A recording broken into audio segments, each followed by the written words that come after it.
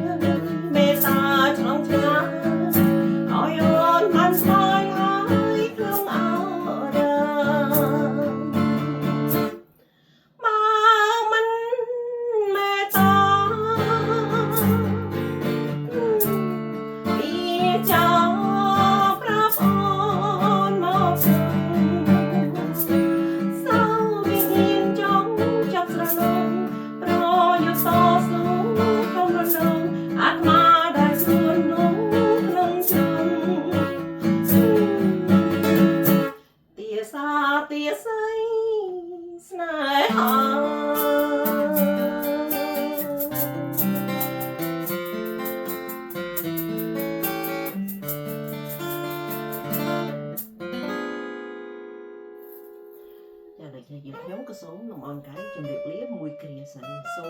ở quần